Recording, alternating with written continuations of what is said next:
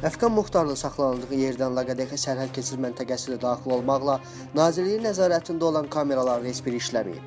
Bunu Gürcüstanda uğurlanaraq Azərbaycanda həbs edilən jurnalist Əfqan Muxtarlının xanımı Leyla Mustafayeva deyir. O əlavə edir ki, Əfqan Muxtarlı Məlik Kriminal Polis geyimində olan şəxslər uğurlayıb deyəndən bir həftə keçməmiş, Gürcüstan Daxili İşlər Nazirliyinin birinci müavini, Mərkəzi Kriminal Polis Departamentinin rəhbəri Besik Amirarishvili heç bir səbəb göstərilmədən vəzifəsindən istifaya göndərilməsi də şübhəlidir. Bakıda saxlanılan jurnalistin isə səhhəti ağırlaşıb. Məlumatı onun vəkili Elçin Sadıqov yayıb.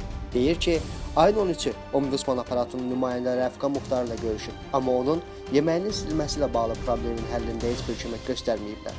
Vəkilin sözlərinə görə, jurnalistin yerli məhkəmələrdəki bütün işləri yekunlaşıb. Bu günlərdə Avropa İnsan Hüquqları Məhkəməsinə göndəriləcək. Avropa İnsan Hüquqları Məhkəməsi Əfqan Muxtarlının işini prioritet qaydada baxılması haqqında qərar qəbul edib.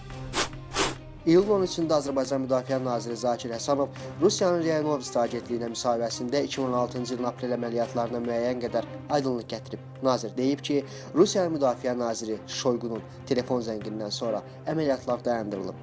Prezident İlham Əliyev isə ötən il aprel əməliyyatları haqqında danışarkən Rusiya Prezidenti Vladimir Putinin onunla əlaqə saxladıqdan sonra əməliyyatın dayandırıldığını bildirmişdi.